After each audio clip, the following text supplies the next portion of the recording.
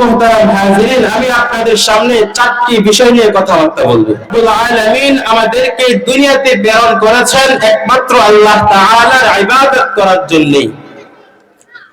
আর যদি কোন বান্দা আল্লাহ তাআলার ইবাদত যদি কোন বান্দা করতে পারে, তার জন্য আল্লাহ পাক রব্বে কারীম পুরস্কার রেখেছেন। আর যদি কোন বান্দা আল্লাহ পাক রব্বে কারীমের ইবাদত না করে, আল্লাহ তাআলার সাথে যদি কোন বান্দা নাফরমানগিরি করে, তাহলে ওই বান্দার জন্য আল্লাহ তাআলা তিরস্কার রেখেছেন। এজন্য মুহতারাম হাজিরিন, প্রত্যেকটা মুসলমান, প্রত্যেকটা মুমিন, তাদের প্রত্যেকটা মুমিনের অন্তরের একটাই মাকসাদ হচ্ছে যে আয় আল্লাহ, দুনিয়াতে আমরা এসেছি একমাত্র তোমার গোলামি করার জন্য। আর তোমার গোলামি করার পরে মাওলা আমাদের একটাই চাহিদা, সকলের যে মাকসাদ, সকলের যে উদ্দেশ্য, সেটা হচ্ছে জান্নাত। সেটা কি? জান্নাত। আর এই জান্নাতে যদি কোনো ব্যক্তি চারটি বদঅভ্যাস যদি কোনো ব্যক্তির থেকে থাকে, তাহলে সেই ব্যক্তি জিন্দেগিতেও জান্নাতে সে যেতে পারবে না। কিয়ামতের ময়দানে যখন আল্লাহ তাআলা জাহান্নামীদেরকে যখন জাহান্নামে প্রেরণ করবে, কিছু সংখ্যক জান্নাতীরা ওই সমস্ত জাহান্নামীদেরকে প্রশ্ন করবে, কোন কারণে তোমাদেরকে আজকে জাহান্নামে আসতে হয়েছে? দুনিয়ায় তোমরা কি এমন কাজ করেছিলা যার কারণে আল্লাহ তাআলা তোমাদেরকে আজকে জাহান্নামে প্রেরণ করেছেন? ওই দিন জাহান্নামীরা বলবে, ও ভাই, দুনিয়ায় থাকা অবস্থায় আমাদের চারটি বদঅভ্যাস ছিল, যে চারটি বদঅভ্যাসের কারণে আজকে আল্লাহ তাআলা আমাদেরকে জাহান্নামে প্রেরণ করেছে। দুনিয়ায় থাকা অবস্থায় আমাদের সর্বপ্রথম যে বদঅভ্যাস ছিল, তার মধ্যে প্রথম বদঅভ্যাস হচ্ছে দুনিয়ায় থাকা অবস্থায় আমরা মুসল্লি ছিলাম না। ওই বেনামাজিদেরকে আল্লাহ তাআলা প্রশ্ন করবে যে কোন কারণে তুমি নামাজ পড়তা না? ওই বেনামাজি বলবে, ও আল্লাহ, দুনিয়ায় থাকা অবস্থায় আমাকে কর্মব্যস্ততা আমাকে নামাজ থেকে বিরত রেখেছে। ওই দিন আল্লাহ তাআলা নবী পয়গম্বর সুলাইমান আলাইহিস সালাতু ওয়াস সালামকে দেখাইয়া বলবে, ও বান্দা,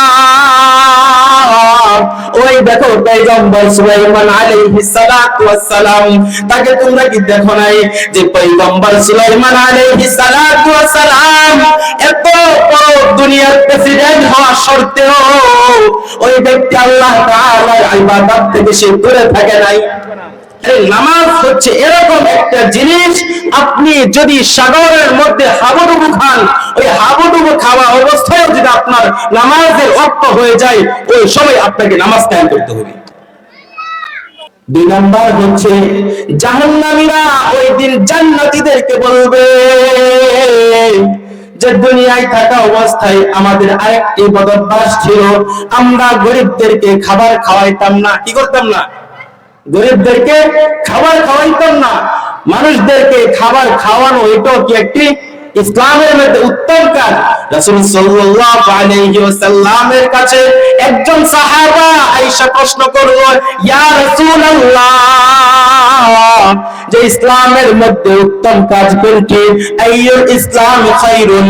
তুতি'মুত তাআম ওয়া তাকরাউস সালাম আলা মান আরাফতা ওয়া মান লাম তা'রিফ। রাসূলুল্লাহ সাল্লাল্লাহু আলাইহি ওয়াসাল্লাম বলে যে আমার উম্মত, ইসলামের মধ্যে সর্বোত্তম কাজই হচ্ছে মানুষদেরকে খাবার খাওয়ানো। সুবহানাল্লাহ। তাহলে ইসলামের মধ্যে সর্বোত্তম কাজ কোনটি? মানুষদেরকে কি করা? খাবার খাওয়ানো। আর মানুষদেরকে খাবার না খাওয়ানোটা হচ্ছে কাফেরদের স্বভাব। তাদের স্বভাব ওয়ালা ইয়াহুদ্দু আলা তুআমিল মিসকিন। কারা কাফেরদেরকে, কারা মানুষদেরকে খাবার খাওয়াইতো না? যারা কাফের, তাদের বদঅভ্যাস ছিল তারা মানুষদেরকে কি করতো না? খাবার খাওয়াইতো না। এজন্য মুহতারাম হাজিরিন, আমাদেরকে মানুষদেরকে খাবার খাওয়াইতে হলে কি করতে হবে? খাবার খাওয়াইতে হবে। সে বড় লোক হোক, চাই গরিব হোক, চাই ফকির হোক, চাই ইয়াতীম হোক, মানুষ সে তো মানুষ। এই মানুষ হলেই তাকে আমাদের কি করতে হবে? খাবার খাওয়াইতে হবে। আর খাবার খাওয়ানোটাই হচ্ছে ইসলামের মধ্যে উত্তম কাজ। 3 নাম্বার হচ্ছে ওয়াকুন্না নাখুদু মা'আল খাইদিন। জাহান্নামীরা ওই দিন বলবে, ও আল্লাহ, দুনিয়ায় থাকা অবস্থায় আমাদের অনেক সময় ছিল, যে দুনিয়ায় থাকা অবস্থায় আমরা আমাদের সময়টাকে কি করতাম? অযথাই খরচ করতাম। আমাদের হাতে সময় ছিল, সময় থাকার পরও আমরা ইবাদত করতাম না। বছরের পর বছর চলে যাই, আমরা কোরআন কি জিনিস চোখেও দেখি না, অথচ আমাদের এরকম সময় আসে হাতের মধ্যে, সময় থাকার পরেও আমরা কোরআনটাকে বুকেও জড়াই না। সারাদিন দেখবেন অমুক মিয়া কি করলো, ওই মসজিদের ইমাম সাহেব কি করলো, এই নিয়ে আমরা সারাদিন শুধু কি করতাম? গীবত করতাম। তাহলে আমাদের কি করতে হবে? কুন্না নাখুদু মা'আল খাইদিন। 3 নাম্বার বদভ্যাস হচ্ছে কি? অযথাই তারা কি করতো? সময় নষ্ট করতো। 4 নাম্বার হচ্ছে যে আপনার প্রথমটা, দ্বিতীয়টা, তৃতীয়টা বদভ্যাস যদি কোনো ব্যক্তির মধ্যে থাকে, সে যদি তাওবা করে, আল্লাহ তাআলা তাকে কি করবে? জান্নাত নসিব করবে।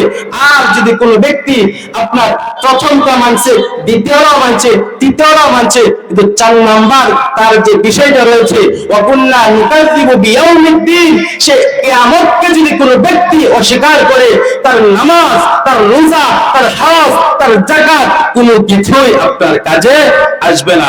অর্থাৎ কিয়ামতকে কি করতে হবে? বিশ্বাস করতে হবে।